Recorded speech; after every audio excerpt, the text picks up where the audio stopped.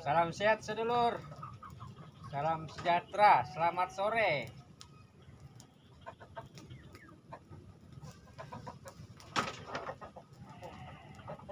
Ini sudah rapi, ayam semua sudah dikasih makan.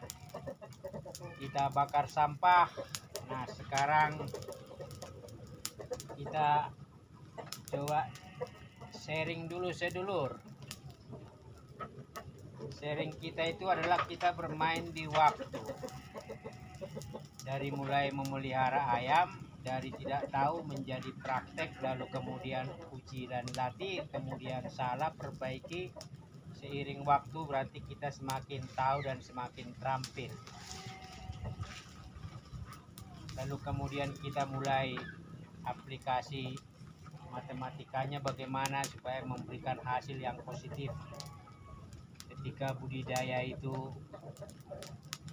ayam itu menjadi salah satu kegiatan ekonomi produktif, mungkin juga kegiatan sampingan bisa, tetapi kita bermain di waktu, dan waktu itu adalah salah satu aset yang tidak bisa didaur ulang.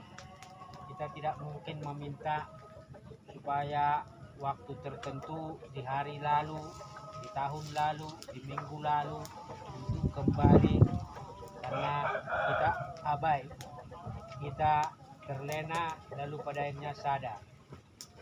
Nah, jadi waktu itu adalah aset yang tidak dalam kontrol kita. Dia dalam kontrol Sang Maha Pencipta. Kalau yang lain bisa kita daur ulang, ya, yang lain bisa kita cari, yang lain kita bisa beli, yang lain kita bisa ciptakan, yang lain bisa kita kreasikan, tetapi waktu kita tidak bisa daur ulang, bahkan miliki. Kita hanya disuruh mengelola.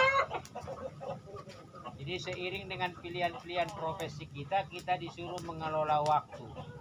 Dan saya kira salah satu cara untuk mendapatkan nilai hasil dari proses waktu itu adalah melakukan kegiatan 1, kegiatan 2, kegiatan 3. Mungkin ada kegiatan profesi utama, ada kegiatan sampingan, ada kegiatan suplemen. Tetapi diharapkan ketiga atau beberapa kegiatan itu bisa mendaur ulang yang namanya semua pembiayaan. Sehingga pada akhirnya kita itu bisa mengcover yang namanya biaya-biaya dan resiko. Karena seiring waktu selalu ada yang disebut dengan biaya dan pengeluaran, dan kepastian mengenai pendapatan kita harus lakukan. Nah, budidaya ayam itu memang sebaiknya dilakukan sistem tumpang sari dengan kegiatan lain. Kalau dia masuk pada kategori usaha mikro informal. Tapi kalau sekedar ya ibaratnya hiburan atau kegiatan-kegiatan yang sifatnya tidak ada motif ekonomi, maka ya kita mungkin anggap saja itu sebagai hiburan dan juga memicu semangat supaya kita itu tidak pada satu situasi yang ibaratnya stagnan atau tidak dinamis. Nah, jadi waktu kita bermain di waktu sedulur, waktu ruang, ya. Nah, saat saya di kandang ayam berarti ruangnya adalah ruang kandang ayam. Ketika saya di kebun berarti saya lokasinya, tempatnya adalah di kebun. Tapi antara kandang ayam dengan kebun itu berarti di situ ada motif ekonomi, ada perilaku ekonomi, ada hitung-hitungannya, ada target-target hasil yang mau diperoleh, ada proyeksi-proyeksi mau dapat apa dengan kegiatan itu. Nah, sedulur, maka ya seperti kata orang tua, selama kita masih bisa memanfaatkan waktu sebaik mungkin dan seefektif mungkin, maka gunakanlah waktu itu untuk hal-hal yang positif. Pertama, hal yang positif.